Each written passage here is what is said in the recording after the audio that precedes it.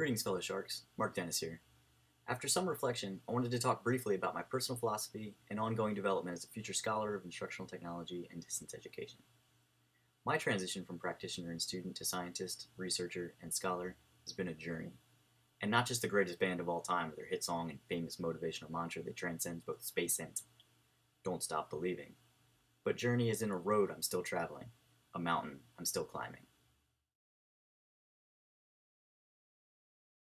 I relate myself to a lifelong learner with a willingness to change.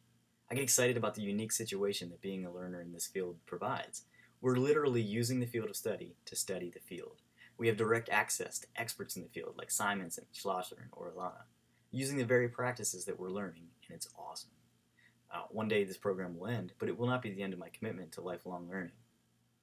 This is where professional organizations come in. I'm primarily a consumer at this point, but the membership provides access to multiple resources, communication and collaboration, that is both developing professionals in the field as well as developing the field as a profession. My philosophy on being a scientist, researcher, and scholar in the field of ITDE is simple. I believe in benevolent skepticism. Benevolent being defined as marked by or disposed to doing good, which counteracts the negative connotation that being a skeptic sometimes carries. I do not believe in identifying and highlighting flaws in arguments, positions, research designs, logic experiences, or otherwise, simply for the sake of argument. Instead, as a benevolent skeptic, I value the investigation into the reason and justification supporting decisions made within the field.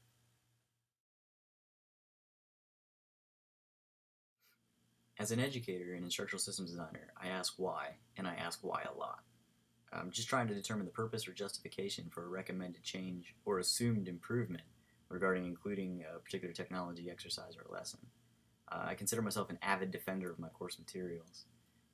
At the same time, combating complacency. We're not going to do something simply because we've always done it that way. If a recommendation or change request is submitted and supported by evidence, it's approved and incorporated, assuming it's aligned with a specific learning objective. Finally, I don't take results at face value unless they're based on the scientific method. It requires asking questions and the investigation of the design leading to a particular conclusion. It's of critical importance that the same rigor be applied to my own conclusions.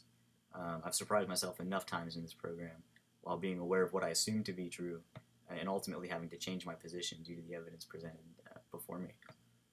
This requires maintaining an openness and willingness to change my position based on scientifically based research with replicable results.